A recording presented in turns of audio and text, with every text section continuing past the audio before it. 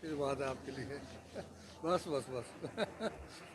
अब गले मिलने के दिन आ गए, हम पूरे हो गए। सर बहुत दिल था आपसे मिलने का। मैं थोड़ा सा वो उधर चला गया था, आया मैं इन्हीं के मोतीलाल साथ। नेहरू कॉलेज का पढ़ा हूँ सर। हाँ वो लग रहा है मुझे। कटारा साहब, बहुत बढ़िया। डॉक्टर मनोरमा हाँ मेरी धर्मपत्नी है। कौन से इससे जुड़े हुए हैं आप? परम सौभाग्य है कि डॉक्टर दिव्यक रमेश जी आज हमारे साथ हैं, और मेरे लिए तो ये निजी तौर पर बहुत खुशी की बात है, क्योंकि मैं इनके द्वारा पढ़ाया गया एक छात्र हूँ, और गुरुजी से बहुत ज्ञान हमें मिला अपने छात्र जीवन के दौरान, और उसके बाद भी गुरुजी का बहुत स्नेह हम पर रहा। और दूरदर्शन में गुरुजी का एक कार्यक्रम आता था, कृषि दर्शन, उसमें ग्रामीण बच्चों के लिए जो कार्यक्रम आता था, मैं गुरुजी की मेहरबानी से उस कार्यक्रम में भागीदार रहा। और पहले तो मैं गुरुजी को प्रणाम करता हूं, और गुरुजी का अपने चैनल पर स्वागत करता हूं। गुरुजी आप बताएं, मेले में आप क्या नया लाए हैं, क्या नया देकर जा रहे हैं, और क्या नया लेकर जा रहे हैं? सबसे पहले तो मैं आपको शुभकामनाएं भी देता हूं, और ज़रा उम्र में बड़ा हूं तो आशीर्वाद भी देता हूं। और बहुत अच्छा लगा आपको इतने दिनों बाद देखने पर। आपने बहुत सही कहा। दूरदर्शन पे तो मैं लगभग सभी प्रोग्राम से मैं आया हूं।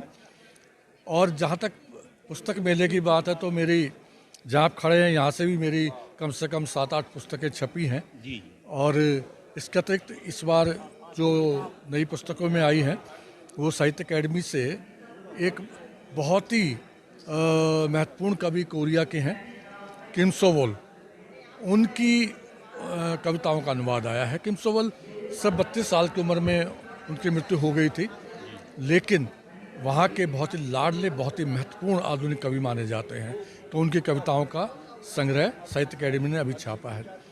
मेरे 4 क्षेत्र हैं कविता विशेष रूप से जो है, और लेख आदि सब, क्योंकि मैं प्रोफेसर रहा हूँ तो वो इसलिए। उसके साथ बाल साहित्य, जिसको मैं पूरी तरह समर्पित हूँ। तो बाल साहित्य की, हाँ, बाल साहित्य में तो आपकी विशेषता है। जी, तो उसमें इस बार जो है ना, मेरी संपूर्ण जो बाल कविताएं हैं वो 2 भागों में वनिका पब्लिकेशन ने छापा है। वो 2024 की समझ लीजिए पहली पुस्तक है। किम सोवोल वाली किताब अंत में छपी 2023 के, तो उस पर 2023 आया है। और एक और किताब आने वाली है, वो भी अनुवाद की भी है, कह लीजिए। उसमें जो है विभिन्न देशों के विभिन्न रचनाकारों की पद्यात्मक भी और गद्यात्मक रचनाएं भी हैं, वो है। कुछ बाल साहित्य की और आने वाली हैं। लेकिन ये मैं अपना सौभाग्य समझता हूँ कि चाहे वो बड़े से बड़ा प्रकाशक हो, राजकमल, वाणी, किताब घर, और इधर नए प्रकाशकों में जो आ रहे हैं, जैसे इंडिया नेट बुक्स है, प्रलेख प्रकाशन है, और तमाम वनिका में का मैंने नाम लिया। जी, मैं अभी प्रलेख पर गया था, वहाँ भी आपकी पुस्तकें हाँ, देखी है। सब जगह मेरी पुस्तकें हैं। हाँ, नहीं, और निश्चित रूप से आप इतने बड़े साहित्यकार हैं, तो आपकी पुस्तकों का तो हर जगह होना। जो समझिए अंग्रेजी में अनुवाद हुए हैं, यहाँ पर भी एक अंग्रेजी के अनुवाद किताब यहाँ छपी है। अच्छा गुरुजी, मुझे एक बात बताएं कि पिछले 10 वर्षों में आप क्या अंतर देखते हैं पुस्तक मेले के आयोजन में, पुस्तक मेले में लोगों के रुझान के लिए, और पुस्तक मेले में लोगों की भागीदारी और प्रकाशकों की भागीदारी में क्या अंतर आप देखते हैं, और विशेष रूप से लेखकों के लिए क्या समस्याएं या उसके समाधान के बारे में आप क्या बताना चाहेंगे? पुस्तक मेलों के संदर्भ की बात कर रहा हूँ मैं। देखिए, इसमें कोई शक नहीं है कि समय के साथ जो है हर चीज़ में विकास आता है, तो यहाँ पर भी ग्रोथ हुई है। प्रकाशक जो हैं बढ़े भी हैं। एक तो सोशल जो मीडिया है ना, जैसे अब आपका भी ये है, इसने बहुत महत्वपूर्ण काम किया है। कम से कम सबसे बड़ी देखिए दिक्कत क्या थी पहले, सूचना की। ये ठीक है कि पहले पुस्तकों की समीक्षा आदि के माध्यम से प्रचार जो होता था या पहुंच होती थी पाठकों तक, वो ज़्यादा थी। इधर कम हुई है।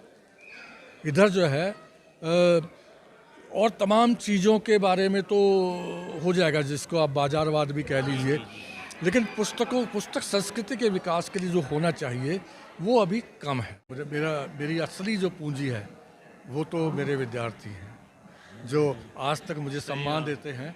और ये याद रखिए, सेवानिवृत्त होने के बाद आपको सबसे ज़्यादा कोई सम्मान देता है तो आपका विद्यार्थी देता है।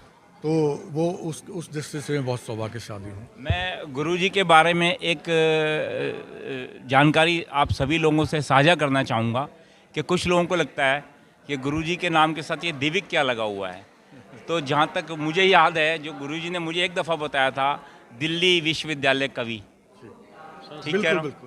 ठीक कह रहा हूँ गुरुजी? बिल्कुल ठीक कह रहे हैं। असल में मैं दिल्ली विश्वविद्यालय में ही पढ़ा शुरू से आखिर तक, और वहाँ पर शुरू में हमारा एक कविता संग्रह निकला था जिसमें मैं रमेश शर्मा के नाम से छपा था। जी जी जी। और उसका नाम था दिविक। और बाद में एक ऐसा मौका आया, उस विस्तार में भी नहीं जाऊंगा, कि मेरे नाम के साथ जो है उपनाम के रूप में ये दिविक जुड़ गया। वो दिविक दिल्ली विश्वविद्यालय कविता था, अब ये दिविक जो हो गया दिल्ली विश्वविद्यालय कवि हो गया। समझो में जो सर ने बोला अभी, डिजिटल प्रकाशन से बड़ा फ़ायदा हुआ। डिजिटल प्रकाशन से इतना फ़ायदा हुआ कि परसों जो मुझे किताब एक आयरलैंड के कवि ने दी, वो आज पब्लिश हो गए। जी। ये पहले संभव नहीं था। जी, स्पीड आ गई, 48 घंटे में हम गति किताब, प्राप्त हुई है। हाँ 48 घंटे में हम किताब छाप सकते हैं। गति प्राप्त हुई है प्रकाश। गुरुजी आपका बहुत बहुत धन्यवाद। आपने अपना कीमती समय दिया, अपने विचार हमारे साथ साझा किए।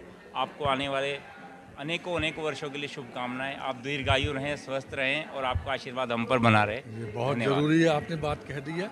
बहुत बहुत धन्यवाद आपको भी, आपके चैनल को भी मेरी हार्दिक शुभकामनाएं। धन्यवाद।